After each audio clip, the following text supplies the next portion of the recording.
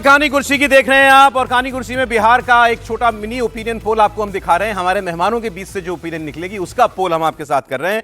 बस एक रेफरेंस के लिए, पिछली बार एनडीए को मिले 125 सीटें और आरजेडी की गठबंधन को मिली थी 110, 15 सीट का अंतर था केवल। लेकिन इस बार क्या यह अंतर आरजेडी पाट सकती है या इसको बढ़ा सकता है एनडीए, मतलब बीजेपी और जेडीयू? तो आइए शुरुआत करते हैं मगध से।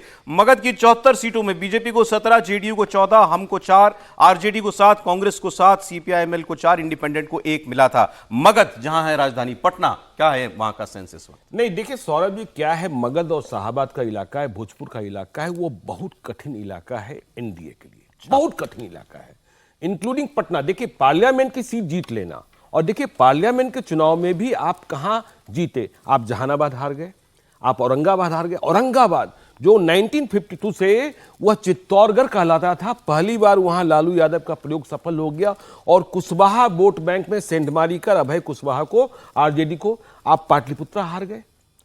आरा में आरके सिंह चुनाव हार गए, जो केंद्रीय मंत्री थे, जिनके बारे में कहा जाता था कि भाई विकास पुरुष हैं।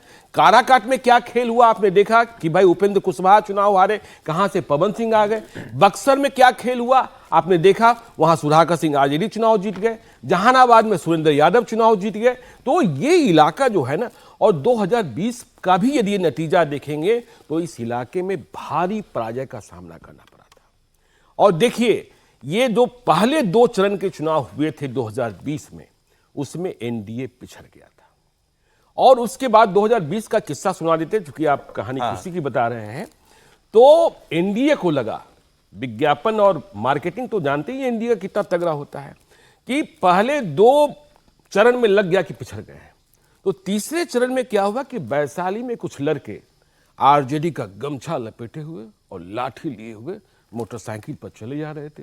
बीच में कुछ लोगों को रोक लिया, ये वीडियो वायरल हुआ। तो फिर लोगों को लगा कि अच्छा जंगल रहा, हाँ, 2005 के पहले। इसलिए तेजस्वी यादव इस बार लोगों को समझा रहे हैं। मधुबनी में उन्होंने कहा था कर्पूरी ठाकुर की जयंती के मौके पर कि यादव भाइयों सामंती मिजाज छोड़ दो, यादव भाइयों हुरदंग छोड़ दो, गमछा बांधना, गमछा लहराना और लहरिया कर चलना, इसे रोका गया है। क्योंकि तेजस्वी यादव अपनी रैलियों में कहते हैं कोई ऐसा सर पर मुरेठा बोलते हैं ना, बिल्कुल मुरेठा पे अंत नहीं आएगा। अब ये मत करो। और कह रहे हैं कि देखो तुम इंजन हो, बाकी बोगी हैं। तो इंजन मतलब यादव है तो चीफ मिनिस्टर तुम हो। एनडीए में देखिए यादव के लिए कोई वैकेंसी नहीं है, इसलिए एनडीए में कोई भी फैसला होगा, देखिए अभी कैबिनेट का विस्तार हुआ, किसी यादव को नहीं बनाया गया। और बीजेपी को और जेडीयू को यादवों से बहुत मतलब नहीं है। नीतीश कुमार जानते हैं पार्लियामेंट इलेक्शन में हमारे यादव चुनाव जीत जाते हैं, उनके यादव हार जाते हैं। तो यादवों से मतलब नहीं है। और देखिए चुनाव 2025 की आप बात कर रहे हैं, वहां बीजेपी और जेडीयू वाले नारा लगा रहे हैं 2025 में 225, मतलब 2010 से भी बेहतर। लेकिन ये नहीं होने जा रहा है, ये नहीं होने क्या जा रहा है, नहीं होने जा रहा है। देखिए 3 मार्च को बिहार का बजट आएगा सौरभ जी। अब उससे देखिएगा कि क्या दशा और दिशा तय होता है। बिहार पहली बार मुफ्त की रबड़ी को चखेगा। अच्छा, ठीक है। और तेजस्वी यादव ने अपना पूरा प्रचार 2,500 रुपया महिलाओं के लिए, बहनों के लिए और 200 यूनिट बिजली फ्री। नीतीश कुमार इस मिजाज के रहे कि वह मुफ्त के देने के लिए कुछ तैयार नहीं होते हैं, लेकिन इस बार भाजपा के दबाव में वो घोषणा करेंगे। लेकिन 1,000 रुपए देते हैं, 1,500 रुपए देते हैं। अब इसकी तुलना होगी। और झारखंड में आपने देखा है, छत्तीसगढ़ में देखा है, सभी लोग कह रहे थे कांग्रेस चुनाव जीत रही है, लेकिन एक मतहारी योजना आई और उसके बाद कैसे वहां दृश्य बदल गया। तो ये ट्रैवल बहुत तेज कर रहा है। तेजस्वी यादव को भी इसी माँ बहन सम्मान योजना बोलते हैं। हाँ, माई बहन मान योजना, माई बहन मान और 200 यूनिट बिजली फ्री। इससे उनको, और इसको मैचअप करना पड़ेगा नीतीश कुमार को। करना पड़ेगा। तो अब बिहार में भी यही चलेगा जो दिल्ली में चला, सब जगह चला? नहीं, मुझे लगता है कि सौरभ, 2 चीज़ें मैं इस बात से एग्री ज़रूर करूंगा कि ये बात बड़ी विस्फोटक बातें होती हैं कि जब आप फ्रीबीज देते हैं, लेकिन आप एक चीज़ को डिस्काउंट अभी भी कर रहे हैं कि जब 2 से 3 महीने पहले बिहार पब्लिक सर्विस कमीशन की प्रोटेस्ट्स हुई, बीपीएससी की, और वो इतनी मात्रा में प्रोटेस्ट हो रही थी पूरे बिहार में, पटना से ही, जो कि एपिसेंटर मगध का कहा जाता है, वहाँ पे एनडीए की गठबंधन ने कोई खास उम्मीद रखी भी नहीं थी, ना 2024 में, 2020 में। एमजीबी जो है वो बड़ी पार्टी उभर के आई। लेकिन इस बारी प्रशांत किशोर ने जिस तरीके से वो प्रोटेस्ट चलाई नीतीश के खिलाफ में, तो कहीं ना कहीं जो एक यूथ के अंदर फ्रीबीज को लेके रहता है वर्सेस जॉब एम्प्लॉयमेंट का, वो तेजस्वी यादव से खिसक के वो चीज़ प्रशांत की तरफ भी आई। प्रशांत किशोर को मैं हालांकि कोई इतना सीरियसली नहीं मानता, लेकिन नीतीश के खिलाफ में जो एंगर रहेगा ना, वो यूथ में इस बारी ज्यादा एंगर है इस बात को लेकर। आप कह रहे हैं नीतीश कुमार के लिए नाराजगी है इस बार नाराजगी है, और वो वर्सेस फ्रीबीज मुझे लगता नहीं कि इतना इजी है उसको कॉम्पनसेट करना। नीतीश कुमार जी के जन्मदिन है आज और एक कार्यक्रम में वो गए थे। 59,000 विशिष्ट टीचरों को ज्वाइनिंग लेटर उन्होंने दिए हैं, और इस कार्यक्रम में मुख्यमंत्री नीतीश कुमार ने मौजूद मंत्रियों की तरफ देखते हुए कहा कि आप लोग खड़े हो जाइए। फिर उन्होंने शिक्षा मंत्री सुनील कुमार को यहां पर फटकार भी लगाई। क्यों, आपको देखिए। आप जो मंत्री है इधर खड़ा डिपार्टमेंट के तो एकदम ठीक से सब जगह करवाइए, समझ गए ना?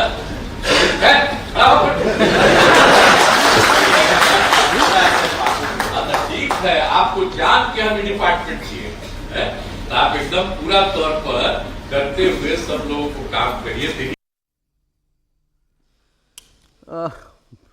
क्या कहें रोज कोई ना कोई एक ऐसा वीडियो आ जाता है नीतीश जी का जिसमें कुछ अटपटा लगता है, कुछ में हर बार लगता है कि भाई ये तो नहीं, ये तो नीतीश जी कैसे कर सकते हैं, कोई भी कैसे कर सकता है। चीफ मिनिस्टर के तौर पर उनका बर्ताव रोज नए नए किस्सों को, नई नई अटकलों को जन्म दे रहा है। जैसे उन्होंने मंत्री को खड़ा कराया, सौरभ जी देखिए, शिक्षा मंत्री सुनील कुमार, देखिए इनकी पाठशाला के छात्र नहीं हैं, इनके राजनीतिक सहयोगी हो सकते हैं। सुनील कुमार आईपीएस अफसर रहे हैं, आईपीएस अफसर रहे हैं, बिहार के डीजी रहे हैं, बिहार के डीजी रहे, पटना के सीनियर एसपी रहे, पटना के डीआईजी रहे, आईजी रहे। उन्होंने ऐसे कहा, ये तो एक बार फिर दिखाइए, एक बार। आप जो मंत्री है इधर खड़ा डिपार्टमेंट के तो एकदम ठीक से सब जगह करवाइए, समझ गए ना?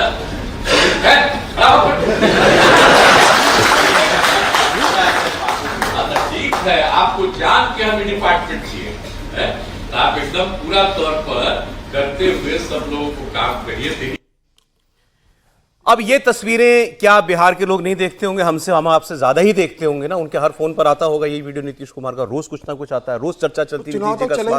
चुनाव तक चलेंगे अब तो, लेकिन अब यहां से तो फिर कैसे नीतीश जी की पॉपुलैरिटी बढ़ेगी? नीचे ही जाएगी ना, ये सब देखने के बाद। सर, पहले बात तो कि एक विश्लेषण पर मैं थोड़ा सा एक दूसरा पर्सपेक्टिव रख दूं। जो काराकाट का चुनाव हुआ या पहले इस पर बोलिए ना सर। आरके सिंह जा रहे, बस उस पर आ जाता हूं।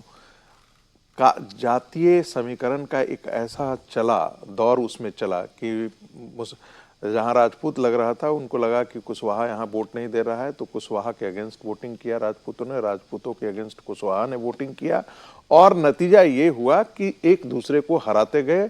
और यही औरंगाबाद में भी हुआ। औरंगाबाद में तो अमित शाह जी की जब सभा हो रही थी तो उस समय भी आपस में इतनी मार काट मची हुई थी भारतीय जनता पार्टी के अंदर, वो सब मिलाकर कई ऐसे फैक्टर रहा। ठीक है, अब रही बात, क्या वही चीजें निकल करके बिहार के चुनाव के विधानसभा चुनाव में भी आएगी? मुझे लगता है ऐसा नहीं है।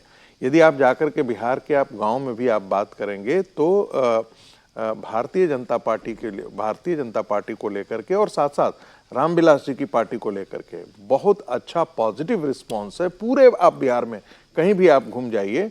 और एक कई बार तो लगता है कि आने वाले नीतीश कुमार का नाम भूल रहे हैं, भारतीय जनता पार्टी और चिराग पासवान की बात कर रहे हैं।